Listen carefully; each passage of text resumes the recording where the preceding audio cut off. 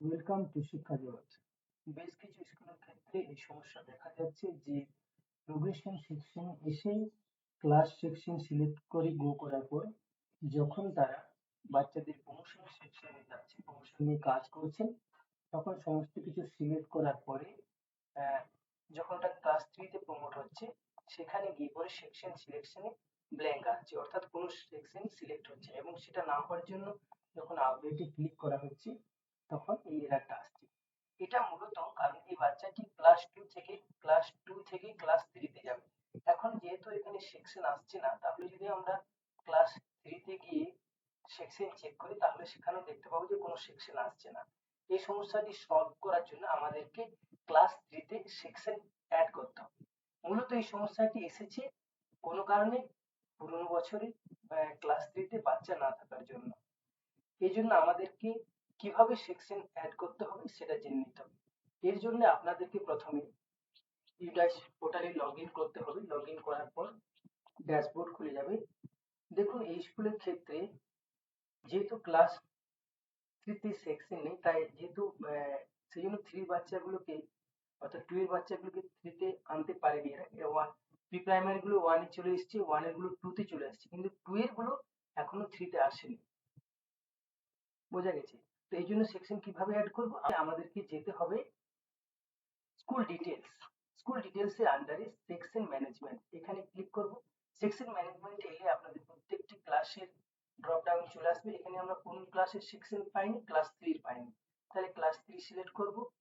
যেহেতু কোনো সেকশন নেই, এটা প্রাথমিকভাবে এই সেকশন চলে এসেছে, আমরা এই সেকশন দেব।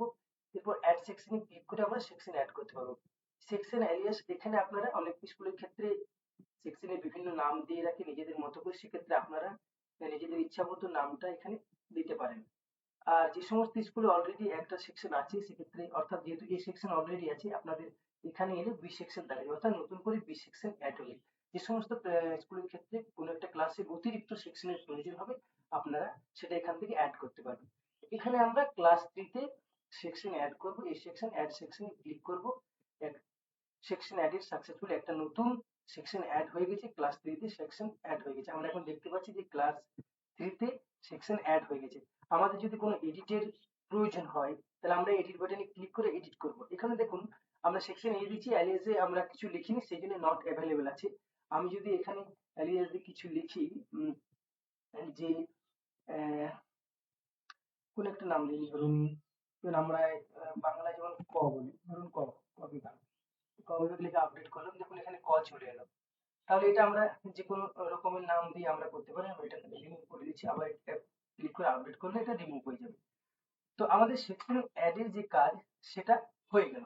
এখন আমরা আবার আবার কোথায় চলে যাবো, আমরা স্টুডেন্ট মুভমেন্ট এন্ড প্রোগ্রেশনে যাব, প্রোগ্রেশন অ্যাক্টিভিটিতে চলে যাব।